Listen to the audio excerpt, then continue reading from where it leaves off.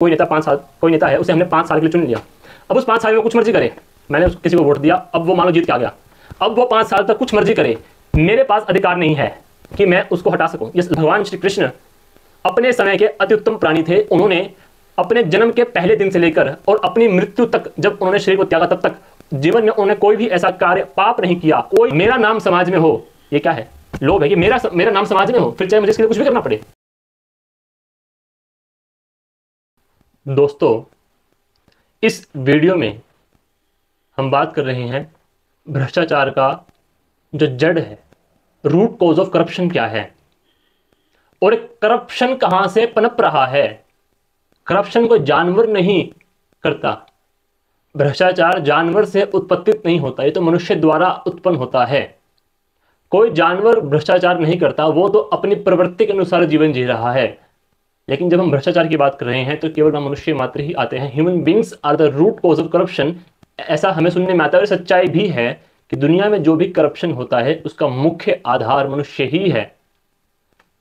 भ्रष्ट आचार, जो व्यवहार भ्रष्ट हो चुका है, जो धर्म के विपरीत है, जो करने योग्य कार्य थे उनके विपरीत है, जिन कर्मों के करने से सभी को दुख पहुंचता है, समाज में दुख होता है, समाज में अव्यवस्था आती है, समाज में असमानताएं आती हैं, समाज में एक तनाव उत्पन्न होता है, दुख उत्पन्न होता है।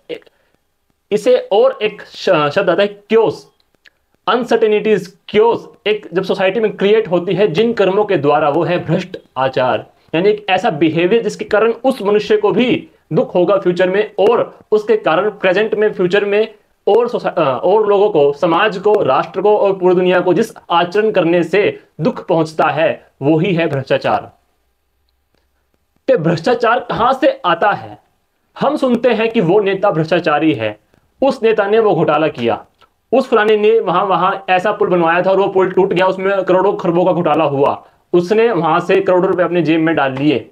कोई आईएएस अफसर 10-20 साल या 2 साल उसकी ट्रेनिंग होती है, जिसमें उसे बताया जाता है कि इंटीग्रिटी क्या है, एथिक्स क्या है। उस ट्रेनिंग के बावजूद भी हम सुनते हैं कि इस आईएएस ने या उस आईएएस ने वहां पर करोड़ों रुपए का घोटाला किया और वहां पर अपनी रिश्वतखोरी खाई। ऐसा क्यों है? क्यों है समाज में ऐसा? क्यों है? वो कौन सा कारण है, वो कौन सा तत्व है जिसको हमारा कानून, जिसको हमारा संविधान, जिसको हमारे अदालत, लॉज पकड़ नहीं पा रहे? क्यों भ्रष्टाचार कंट्रोल नहीं हो रहा? और आज की मैं अगर वर्तमान स्थिति की बात करूं, प्रेजेंट स्टेट की बात करूं, ये नहीं हो सकता, कभी भी भ्रष्टाचार कंट्रोल नहीं हो सकता वर्तमान स्थिति के कंटेक्स्ट में। तो ऐसा क्यों है? पहले हम देखते हैं दोस्तों कि भ्रष्ट आचार आता कहां से है।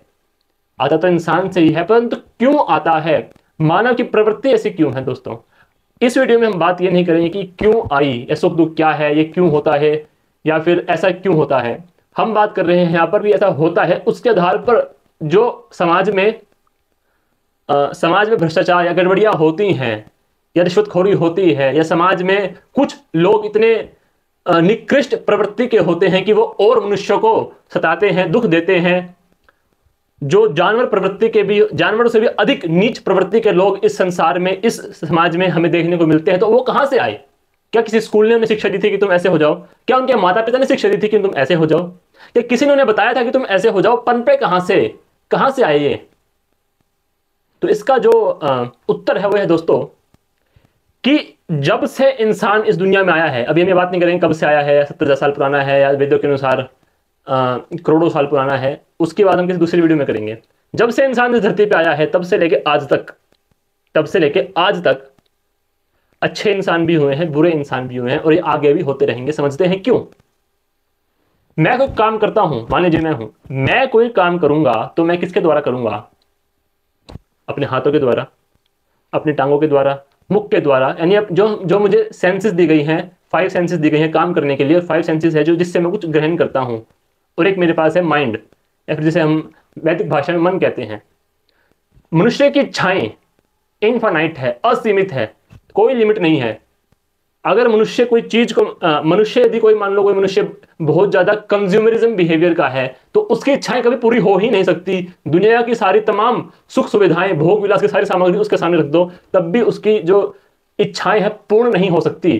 ह्यूमन जो कंज्यूमर बिहेवियर है, जो उसमें इंडल्ज हो जाता है, जो उसमें मोहित हो जाता है, उसकी इच्छाएं कभी पूर्ण नहीं होती। ये मन का, ये इंसान का स्वभाव है, ये ह्यूमन नेचर है, और इसी सच्चाई के आधार पर पनपता है। जो भ्रष्टाचार हो गया या अच्छे बुरे कर्म हो गए, वो इसी ठोस सच्चाई के आधार पर है कि जो ज्ञानी मनुष्य है वो मनुष्य जिसने अपने स्वयं पर नियंत्रण कर रखा है, वो अपनी इच्छाओं पर नियंत्रण के बाद स्वयं पर नियंत्रण कर पाता है। जैसा कि भगवान श्री कृष्ण ने कहा, अभी मैं नाम ले रहा हूं श्री कृष्ण का, तो कुछ अतार्किक लोग ये समझ लेंगे कि यहाँ पर बात हो रही है वैदिक समाज की या उससे रिलेटेड, या ये पुरानी बातें करना स्टार्ट हो गई, रैशनल बातें यहाँ पे खत्म हो गई। जो बात सत्य हो, फिर चाहे वो किसी के मुख से निकली हो, वो बात सत्य होती है, और जिसके मुख से वो बात निकली है वो व्यक्ति भी महान होता है। तो भगवान श्री कृष्ण जो मेरे लिए भगवान क्यों है, वो इसीलिए है कि उनका जब हम इतिहास पढ़ते हैं तो उनके इतिहास को जानने के बाद हमें पता चलता है कि भगवान श्री कृष्ण अपने समय के अति उत्तम प्राणी थे। उन्होंने अपने जन्म के पहले दिन से लेकर और अपनी मृत्यु तक, जब उन्होंने शरीर को त्यागा, तब तक जीवन में उन्होंने कोई भी ऐसा कार्य पाप नहीं किया। कोई शून्य से शून्य, कोई बिल्कुल छोटा सा छोटा, हल्का सा हल्का भी उन्होंने अपने जीवन में पाप नहीं किया। बचपन से लेकर मृत्यु तक उन्होंने कोई असत्य कार्य नहीं किया, अधर्म नहीं किया, इसीलिए वो महान थे। तो क्या कहते हैं श्री कृष्ण गीता में कि जो व्यक्ति स्वयं की इंद्रियों पर नियंत्रण कर लेता है वो अपना और समाज का मित्र होता है, और जो व्यक्ति इंद्रियों के वश में आ जाता है, जो उन्हीं से कंट्रोल होता है, वो मनुष्य अपना और समाज का शत्रु होता है। तो ये क्यों कह रहे हैं? मैं जो भी कुछ काम कर रहा हूं इन्हीं सेंस के कारण कर रहा हूं, मन के कारण कर रहा हूं। मन से इच्छाएं उत्पन्न होती है। इच्छाएं क्यों उत्पन्न होती है? देख देख के इधर उधर। टीवी आने से पहले किसी के मन में इच्छा नहीं थी कि उसे टीवी देखना है, लेकिन जैसे ही टीवी सामने किया गया लोगों के, तो इच्छाएं पनपनी चालू हो गई। एक को देख के दूसरा टीवी ले आया, उसको देख के दूसरा टीवी ले आए। और मोबाइल आने से पहले किसी की इच्छा नहीं होती थी कि मोबाइल चलाने, लेकिन जब से फोन आया है इच्छाएं उत्पन्न हो गई। ये मनुष्य का स्वभाव है, मन की प्रवृत्ति है, इसे बदला नहीं जा सकता। शाश्वत सत्य है, इटरनल ट्रूथ है, ये एक्सियम कह सकते हैं आप ह्यूमन सोसाइटी कंटेक्स्ट में। भगवान मनु कहते हैं मनुस्मृति में कि पाप की जड़ लालच है, लोभ है। हर पाप का जड़ लालच है, लोभ है। जब मैंने इस पर विचार किया तो बात सत्य निकली। इसको कोई एक रैशनल बात है, लॉजिकल बात है कि हर पाप की जड़ लोभ है, लालच है। मेरा नाम समाज में हो, ये क्या है? लोभ है कि मेरा नाम समाज में हो, फिर चाहे मुझे इसके लिए कुछ भी करना पड़े। मेरे पास धन हो, ये क्या है? लोभ है, लालच। मेरा हो, मेरे पुत्र का नाम वहां हो, ये क्या है? इच्छाएं है मनुष्य की कि मेरा हो, मेरा नाम दुनिया में रहे, मेरा नाम समाज में रहे, मेरा नाम इतिहास में रहे, मैं हर जगह मैं ही पूजा जाऊं। ये मनुष्य के जीवन में इच्छाएं उत्पन्न होती रहती हैं। जो मनुष्य इन इच्छाओं को नियंत्रित कर लेता है वो मनुष्य स्वयं का और समाज का मित्र बन जाता है, जिसे हम कहते हैं कि वो एक धार्मिक व्यक्ति है, वो एक एथिकल पर्सन है, वो एक सामाजिक व्यवहारिक मनुष्य है। जो मनुष्य समाज में रहकर शांति स्थापित करता है वो एक अच्छा मनुष्य है, एक गुड पर्सन है।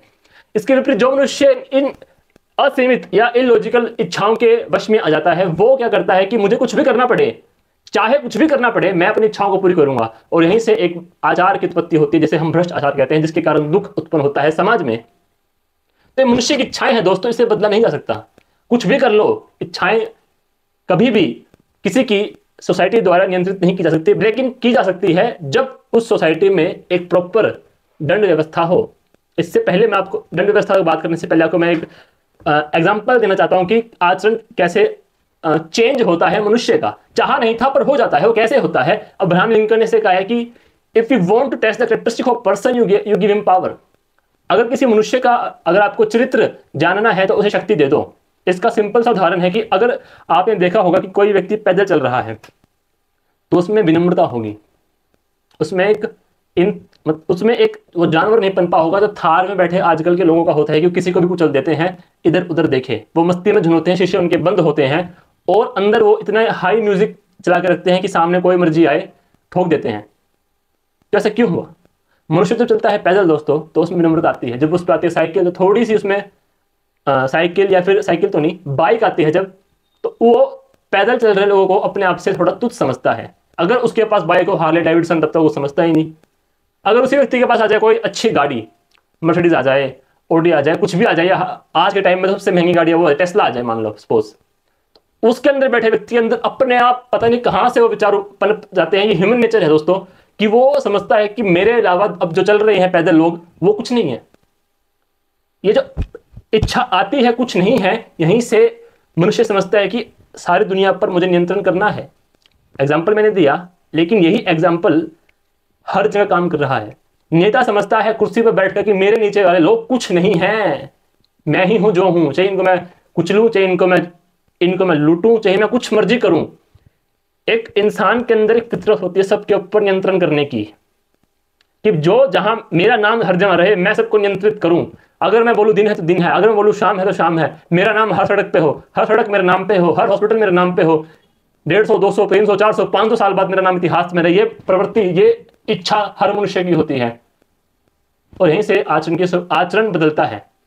फिर चाहे इस इच्छाओं को पूर्ण करने के लिए उन्हें किसी भी हद तक जाना पड़े, अपने परिवार को स्टेबल रखने के लिए, अपने परिवार का नाम रखने के लिए उन्हें चाहे कुछ भी करना पड़े, वो करते हैं। चाहे चोरी करनी पड़े, डाका डालना पड़े, लूटना पड़े, समाज में दुख उत्पन्न करना पड़े, कुछ भी करना पड़े, वो करते हैं, और ऐसा होता है। यही है भ्रष्टाचार का कारण। छोटी मछली बड़ी मछली द्वारा निगल ली जाती है, काट ली जाती है, या फिर मैं कहूंगा इसे कहते हैं मत्स्य न्याय। कमजोर शक्तिशाली द्वारा शोषित होता है।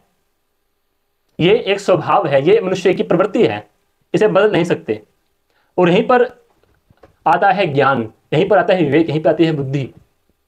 एक सिंपल सी एक सच्चाई है दोस्तों, जो मैंने स्वर्गीय श्री राजीव दीक्षित जी के मुख से सुनी थी, और ये बिल्कुल लॉजिकल सच्चाई है कि मनुष्य गिरता जल्दी है और उठने में टाइम लगता है, और गिरता जल्दी है। नहीं, मनुष्य का स्वभाव है वो ऐसा है कि वो गिर जल्दी जाता है, मतलब अपने नीचता उसमें जल्दी आ जाती है, लेकिन जब उस नीचता से उसे ऊपर उठना होता है, यानी सत्य को अपनाना होता है, या अच्छे उसमें कैरेक्टरिस्टिक को लाना होता है, या अच्छे एक रूटीन को उसे फॉलो करना होता है, तो उसे उसके लिए मेहनत करनी पड़ती है, पुरुषार्थ करना पड़ता है, उसे दिक्कत होती है। लेकिन नीचे गिरने में कोई दिक्कत नहीं होती, नीचे गिरने में कोई दिक्कत नहीं है, लेट उठने में कोई दिक्कत नहीं है, रात रात तक जागने में, पार्टी करने में कोई दिक्कत नहीं है, कुछ भी दिक्कत नहीं है। लेकिन वही सुबह उठने में दिक्कत है, क्योंकि अच्छा काम करने के लिए, अच्छा आचरण स्वयं में उत्पन्न करने के लिए मेहनत लगती है, पुरुषार्थ लगता है। तो मनुष्य स्वभाव है, जल्दी गिरता पहले है, उठता बाद में है। तो यही ये जो मैंने सबको बताया, इनको जब आप बार बार सुनोगे, समझोगे और खुद इस पे एनालाइज करोगे, तो आपको मनुष्य समाज में भ्रष्टाचार का कारण पता चल जाएगा। और यहीं पर भूमिका आती है दंड नीति की, एक लॉजिकल दंड नीति की, लॉज की, कानून की। जैसे अगर मनुष्य के ऊपर डंडा ना हो तो वो समाज में अच्छे से कार्य नहीं कर सकता। आज के टाइम की बात कर रहा हूं मैं, लेकिन ऐसे क्यों हुआ, ये मैं स्क्रिप्टेड वीडियो नहीं मतलब रिकॉर्ड कर रहा हूं, जो मतलब मेरे माइंड में आ रहा है वही सब मैं आपके सामने अभी प्रेजेंट कर रहा हूं। तो पॉइंट ऊपर नीचे हो सकते हैं, but try to make it in sequence. Sorry कि मैं इसको सीक्वेंस में मतलब रिकॉर्ड या मतलब बोल नहीं पा रहा हूं, लेकिन पॉइंट शायद ऊपर नीचे हो रहे हैं। बट इसको थोड़ा समझने की कोशिश करना कि शुरू में मतलब ऐसा क्यों हुआ, हमें दंड नीति क्यों बनानी पड़ी, क्यों मनुष्य का मतलब ये ऐसा क्यों होता है कि शुरू में ये तो हर कोई मानता है, रूसो भी मानता है, मतलब यूरोपियन का हर एक स्कॉलर मानता था, और ये सच्चाई ही है कि शुरू में जब मनुष्य समाज था वो काफी ज्यादा समझदार था, बुद्धिशाली था, विवेकशाली था। उनके लिए कानून बनाने की जरूरत नहीं थी, क्योंकि वो अपने आचरण, जो उनका कर्तव्य था, उसमें वो स्थित थे। जिसका जो काम था वो करता था। तो जिसका जो काम वो करता है और समाज में उसके कारण कोई दुख नहीं हो रहा, कोई गलत व्यवहार उत्पन्न नहीं हो रहा, कोई समाज में बिगड़ाव उत्पन्न नहीं हो रहा, तो फिर कानून बनाने की जरूरत क्या थी। ऐसा था शुरू में, लेकिन धीरे धीरे जब समृद्धि बढ़ती गई, लोग बढ़ते गए, जनसंख्या बढ़ती गई, तो लोगों में आलस्य आने लग गया। जब लोगों में आलस्य आ गया तो धीरे धीरे लोगों की प्रवृत्ति इंद्रियों में नियंत्रित, लोग इंद्रियों द्वारा नियंत्रित होने लगे, लोगों में लोभ बढ़ा, लालच बढ़ा, जिसके कारण समाज में पाप बढ़ा। और उसी के लिए समाज में कानून व्यवस्था लानी पड़ी, कि ताकि लोग अपने अपने नियमों में, अपने अपने कर्तव्यों में स्थित रहें। टीचर अपना काम करे, राजा अपना काम करे, मंत्री अपना काम करे, माता पिता अपना काम करे, जो विद्यार्थी है वो अपना काम करे, जिसका जो काम है वो करे, जिसका जो काम है वो करे, और दूसरों के कार्यों में टांग ना अड़ाए, दूसरों के कार्यों या दूसरों के अधिकारों का हनन ना करे। जब लोग अधिकार को चाहते हैं और कर्तव्य नहीं करना चाहते, तभी समाज में बिगड़ाव उत्पन्न होता है। और इसी चीज को नियंत्रित करने के लिए कानूनों की जरूरत होती है, डंडे की जरूरत होती है, कि अगर तूने नहीं कर तो डंडा लगेगा। और डंडे के डर से ही लोग सचेत रहकर अपने अपने कर्म में, अपने अपने कर्तव्य में, जो कर्तव्य करने से समाज में धर्म की स्थापना होती है, समाज में धर्म रहता है, वो स्थित रहे। लेकिन जब हर कोई व्यक्ति अपने कर्तव्य में स्थित है, तो फिर नियमों की जरूरत क्या है। अगर सारे के सारे राम है दुनिया में, तो फिर नियमों की जरूरत क्या है। अगर एक क्लास में सारे बच्चे होशियार है, सभी शांत स्वभाव के, तो मॉनिटर की जरूरत क्या है? तो नियमों की जरूरत क्यों पड़ी कि जब मनुष्य समाज में आलस उत्पन्न हुआ, लोग अपने लोभ लालच उत्पन्न हुआ, तो उनको नियंत्रित करने के नियमों की जरूरत पड़ी। इसी चीज को भीष्म पितामह ने महाभारत में कहा है कि काल राजा द्वारा निर्धारित होता है। अगर किसी काल में, अगर किसी टाइम फ्रेम में दंड नीति अच्छी है, तो उस डर के कारण लोग अपने अपने कर्मों में स्थित रहते हैं, अपने अपने धर्म में स्थित रहते हैं। वही काल सतयुग है, सत्य काल है। जब इस दंड नीति में थोड़ा थोड़ा बिगड़ाव उत्पन्न होता है, और जब राजा दंड नीति या लॉज या संविधान बनाता है मनमानी मर्जी से, जिसमें अन्याय ही अन्याय हो, तो उसे ही कलयुग बोलते हैं। और उस कलयुग में घोर पाप होता है, अनाचार होता है, अत्याचार होता है, महिलाओं के साथ बलात्कार होता है, क्योंकि कानून, लॉज, नियम सही नहीं थे, वो नियंत्रित नहीं कर पा रहे, तो वो कानून किस बात के? तो ये है भ्रष्टाचार की उपज। मैं जानता हूँ कि इस वीडियो में बहुत सारे पॉइंट ऊपर नीचे हो गए और सीक्वेंस में नहीं है, तो क्योंकि मैं वीडियो स्क्रिप्टेड नहीं बना रहा, जो मेरे माइंड में आ रहे हैं बना रहा हूँ, बनाने का मन था इसलिए मैं बना दी। तो I hope you will manage it. तो ये है दोस्तों कि जो राष्ट्र या राष्ट्र की उत्पत्ति का कारण क्या है, राष्ट्र क्यों बनाया गया, वो इसीलिए बनाया गया कि जब लोगों में लोभ उत्पन्न हुआ, तो लोग अपने कर्तव्य से विमुख हो रहे थे, समाज में बिगड़ाव उत्पन्न हो रहा था, समाज में दुख उत्पन्न हो रहा था। जब लोगों में लूटखोरी बढ़ने लगी, तो फिर कुछ महान लोगों ने कहा कि इन सबको नियंत्रित करने के लिए नियमों की आवश्यकता है, ताकि समाज में सब लोग कर्तव्य का पालन करें। और यही राष्ट्रवाद है कि जिस राष्ट्र में सब लोग अपने अधिकार कम और कर्तव्य का पालन करते हैं, उसी चीज को मेंटेन करने के लिए राष्ट्र की उत्पत्ति की गई। और उस राष्ट्र को शासित करता है राजा, जो राजा भी पूर्ण रूप से, मतलब जो अच्छा सिस्टम है वो ये होना चाहिए कि राजा ही पूर्ण रूप से स्वेच्छाधारी ना हो, इंडिपेंडेंट ना हो, उसके ऊपर भी जनता शासित, मतलब उसके ऊपर भी जनता का डंडा हो और जनता के ऊपर राजा डंडा हो, वो दोनों बैलेंस होने चाहिए। इसी को प्रेजेंट कंटेक्स्ट में कहते हैं कि जैसे आज हमारे भारतीय सिस्टम में क्या है कि कोई नेता है, उसे हमने 5 साल के लिए चुन लिया। अब उस 5 साल में वो कुछ मर्जी करे, मैंने किसी को वोट दिया, अब वो मान लो जीत के आ गया, अब वो 5 साल तक कुछ मर्जी करे, मेरे पास अधिकार नहीं है कि मैं उसको हटा सकूं। ये लोगों के पास अधिकार नहीं है वो उसको हटा सके। तो ये क्या है? अन्याय है, ये सही दंड, ये सही लॉज नहीं है। और इसी कारण से समाज में भ्रष्टाचारी, जमाखोरी, रिश्वतखोरी बढ़ती है। हमारे पास अधिकार नहीं है हम किसी IPS, IAS या पुलिस वाले को हटा सके, ये सिर्फ नेता के पास है, और नेता हमारे पूरे कंट्रोल में नहीं है। USA में है कि वहां पर राइट टू रिकॉल है, कुछ कुछ स्टेट्स में किसी कि वहां पर लोग कोई अगर नेता या फिर कोई मेयर अच्छे से काम नहीं कर रहा, तो लोगों के पास राइट है कि वो उसके टेन्योर कंप्लीट होने से पहले लोग उसे हटा सकते हैं वोटिंग के द्वारा। इसे मतलब पॉलिटिकल फॉर्म में से कहते हैं राइट टू रिकॉल, कि लोगों के पास अधिकार है कि अगर कोई व्यक्ति, अमुक नेता जिसको उन्होंने चुना था, अगर वो सही से काम नहीं कर रहा तो उसे हटा दो। मतलब नेता के ऊपर लोगों का डंडा है, और उस डर से वो नेता भ्रष्टाचार कम करेगा, जितना करता था उससे तो कम ही करेगा, कि लोगों के पास अधिकार है कि वो उसको उठा सके।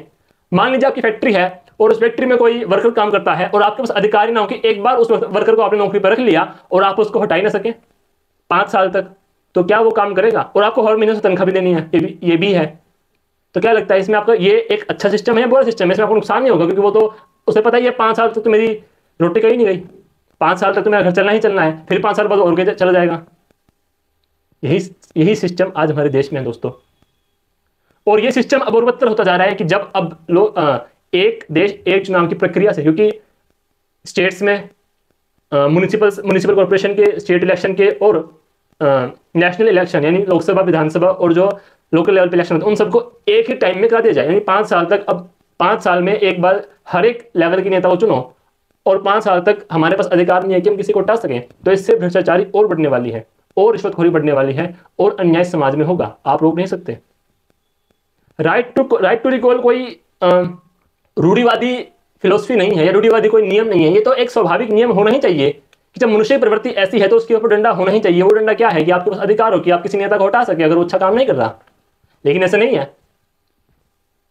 तो यही है दोस्तों, धर्म यही है कि मतलब भ्रष्टाचार का कारण क्या था। तो ये था, मतलब एक इसको कंक्लूड करते हैं, मतलब थोड़ी सी बातें और बोल के, कि जो मैं बताना चाहता था कि भ्रष्टाचार का कारण क्या है। सुख दुख सभी को सुख सबको चाहिए और दुख किसी को नहीं चाहिए।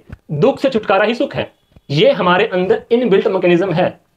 किसी को भी दुख नहीं चाहिए, सभी को सुख चाहिए। सभी सुख की तरफ भागते हैं, चाहे वो कोई भी प्राणी हो। दुख से छुटकारा सुख है। कोई 3 दिन से भूखा था, उसको खाना मिल गया तो उसको सुख की अनुभूति हो गई।